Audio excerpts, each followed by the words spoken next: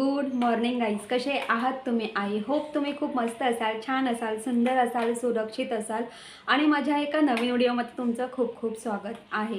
तर तुम्ही मिरचीचा ठेचा किंवा मिरचीची भजी तुम्ही हे ऐकलं असेल किंवा आपण मिरचीपासून आलं लसूण मिरची पेस्ट करतो नाही का. तर आज आपण मिरचीपासून मिरचीची भाजी करणार आहोत किंवा तुम्ही मिरचीची चटणीसुद्धा बोलू शकतात. तर चला पटापट किचनमध्ये जाऊया आणि मिरचीची भाजी करायला सुरुवात करूया. तुम्ही इथे बघू शकतात, मी इथे मिरच्या घेतलेल्या आहेत. तर तुम्ही इथे मिरचीची चटणी बोलू शकतात किंवा मिरचीची भाजीसुद्धा तुम्ही बोलू शकतात. तर तुम्ही इथे बघू शकतात, ह्या ज्या मिरच्या आहेत तर ही भजीची मिरची आहे, म्हणजे बेसन पिठामध्ये बुडवून याची भजी केली जाते. ह्या ज्या मिरच्या आहेत कमी तिखट असतात. आता या ज्या मिरच्या आहेत या मिरच्या मी स्वच्छ धुवून घेतलेल्या आहेत आणि तुम्ही इथे बघू शकतात, इथे एक छोटी अशी एक भोपळी मिरची आहे. त्यानंतर साईडला तुम्ही बघू शकता ह्या ज्या दोन मिरच्या आहेत, थोडी एक रेड कलरची ग्रीन कलरची आहे आणि एक थोडी हलकी अशी रेड कलरची दिसते.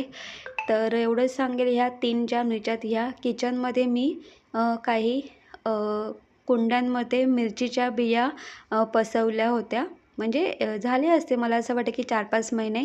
तर त्या झाडाला या मिरच्या आल्या होत्या, तर तिन्ही मिरच्या काढून घेतलेल्या आहेत. तर चला, ह्या ज्या मिरच्या आहेत तर या मिरच्या आपल्याला कट करून घ्यायच्या आहेत. तर मी इथं काय करणार आहे, एका मिरचीचे 2 भाग करणार आहे आणि त्या ज्या मिरच्या आहेत त्या मिरच्या उभ्या चिरून त्यातल्या मधल्या बिया आहेत ना त्या काढून टाकायच्या आहेत.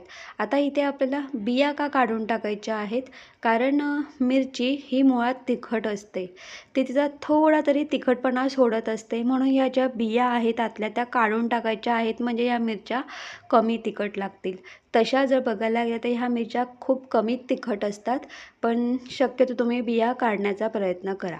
तर मी स्पून चमचा घ्यायचा आहे आणि चमच्याचा जो शेवटचा टोक असतो ना त्या टोकाने या बियांमधल्या या मिरचीमधल्या ज्या बिया असतात ना त्या टोकाने काढा, पटापट निघतात. तर तुम्ही इथे बघू शकतात की इथे मी मिरची उभी चिरून तिचे असे मी 2 भाग करून घेतलेले आहेत. आणि अजून एक गोष्ट सांगते, जर तुम्हाला या मिरचीच्या बिया काढायच्या असतील ना, जर तुम्ही हाताने काढत असाल ना तर तुम्ही हाताला ऑइल लावा, म्हणजे हाताला तिखटपणा लागणार नाही. इथे मी एक पॅन घेतलेला आहे, त्या पॅनमध्ये इथे मी 1 पळी ऑइल ॲड केलेलं आहे. तुम्ही इथे बघू शकतात, मी इथे 2 चमचे चण्याची डाळ घेतलेली आहे आणि 2 चमचे मी इथे मुगाची डाळ घेतलेली आहे. आता या दोन्ही डाळी आपल्या या पॅनमध्ये ॲड करायच्या आहेत. तेलामध्ये छान मस्त अशा फ्राय करून घ्यायच्या आहेत. अगदी ब्राऊन होईपर्यंत आपल्याला ह्या ज्या डाळी आहेत त्या फ्राय करून घ्यायच्या आहेत. मी तेल गरम करून घेतलेलं आहे, त्यानंतर गॅस बारीक केलेला आहे आणि मग मंद गॅसवरती ह्या ज्या डाळी आहेत त्या छान मस्त ब्राऊन होईपर्यंत फ्राय करून घेतलेल्या आहेत.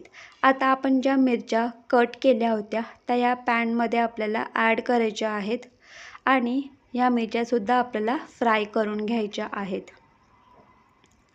आता आपल्याला काय करायचं आहे, मिरच्या फ्राय करून झाल्यानंतर इथे मी अगदी पाव चमचा मीठ ॲड केलेलं आहे. त्यानंतर मी इथे पाऊण ग्लास भरून पाणी ॲड केलेलं आहे. अगदी या मिरच्या बुडेपर्यंत पाणी ॲड करायचं आहे. तुम्ही इथे बघू शकतात. आता काय करायचं, मी ह्या ज्या मिरच्या आहेत त्या अशा पसरवून ठेवलेल्या आहेत.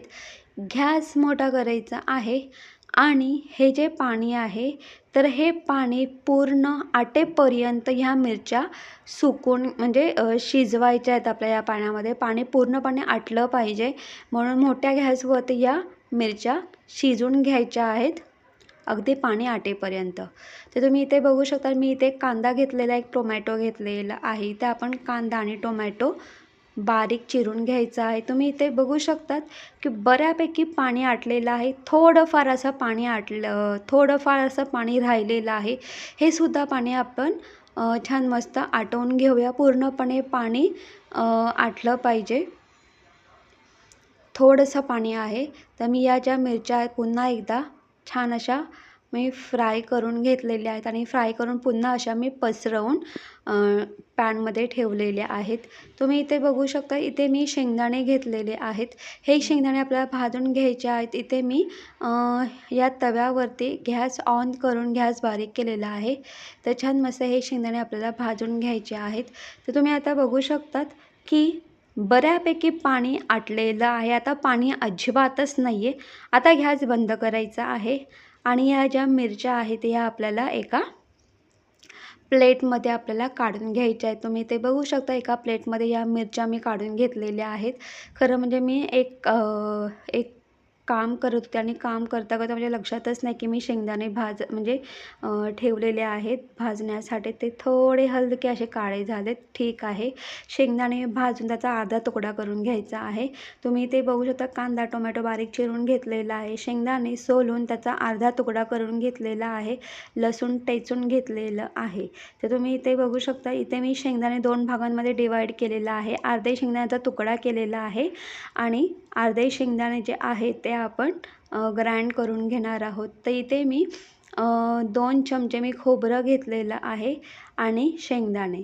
आता काय करायचं, आपल्याला ग्राइंडरचा भांडा घ्यायचा आहे. ग्राइंडरच्या भांड्यामध्ये खोबऱ्याचा किस आणि शेंगदाणे हे दोन्ही आपल्याला एकत्र ग्राइंड करून घ्यायचं आहे. ग्राइंड करून झाल्यानंतर तुम्ही इथे बघू शकतात, मी हा शेंगदाणे आणि खोबऱ्याचं कूट एका वाटीत काढून घेतलेलं आहे. आता पॅन घ्यायचा आहे. पॅनमध्ये आपल्याला ऑइल ॲड करायचं आहे. तर इथे मी 2 पळी ऑइल ॲड केलेलं आहे. यामध्ये आपल्याला जिरं राई ॲड करायचं आहे. तेल गरम करून घ्यायचं आहे. तेल गरम झालं की गॅस बारीक करायचा आहे. त्यानंतर जिरं राई ॲड करायचं आहे. जिरं राई गरम झाले की त्यानंतर काय करायचं, आपल्याला टेचलेलं लसूण ॲड करायचं आहे आणि इथे तुम्ही लसूण जास्त प्रमाणात ॲड केलं तरीही चालेल. त्यानंतर कांदा ॲड करायचा आहे. मी इथे अगदी थोडं चिमूटभर असं मीठ ॲड केलेलं आहे. अर्धा चमचा हळद, अर्धा चमचा गरम मसाला ॲड करायचा आहे आणि छान मस्त हे आपल्याला सगळं फ्राय करून घ्यायचं आहे. फ्राय करून झाल्यानंतर इथे आपण टोमॅटो ॲड करूया. टोमॅटो ॲड करून आपल्याला हे सुद्धा छान मस्त असं फ्राय करून घ्यायचं आहे. त्यानंतर इथे मी अर्धा चमचा इथे मसाला, अर्धा चमचा काश्मीरी मिरची पावडर ॲड केलेली आहे. तुम्ही पाव चमचा, तुम्हाला जसं तिखट हवं, पण शक्यतो तिखट कमी ॲड करा कारण मिरची मुळातच तिखट असते. आता हे मसाले ॲड केल्यानंतर छान मस्त फ्राय करून घ्यायचं आहे आणि ह्या ज्या मिरच्या आहेत ज्या आपण पाण्यामध्ये शिजवून घेतल्या होत्या त्या ॲड करायच्या आहेत. त्यानंतर खोबरं आणि शेंगदाण्याचं कूट ॲड करायचं आहे. त्यानंतर अर्धा शेंगदाणा ॲड करायचा आहे आणि खूप सारी अशी कोथिंबीर ॲड करायची आहे. आता हे सगळं आपल्याला एकत्र एकजीव करून घ्यायचं आहे. एक लक्षात ठेवा की मी इथे जे मसाले वापरलेले आहेत, तर इथे मी अगदी अर्धा चमचा मसाला वापरलेला आहे. म्हणजे अर्धा चमचा लाल तिखट आणि अर्धा चमचा काश्मीरी मिरची पावडर. तुम्ही अगदी पाव चमचा ॲड केला तरीही चालेल. जर तुम्हाला खूपच तिखट हवं असेल तुम्ही त्यानुसार मसाला ॲड करू शकतात. तर हे छान मस्त म्हणजे एकदम छान मस्त फ्राय करायचं आहे. गॅस बंद करायचा आहे आणि इथे मिरचीची चटणी किंवा मिरचीची भाजी तयार झालेली आहे. त्याला एका प्लेटमध्ये सर्व करून घेऊया आपण.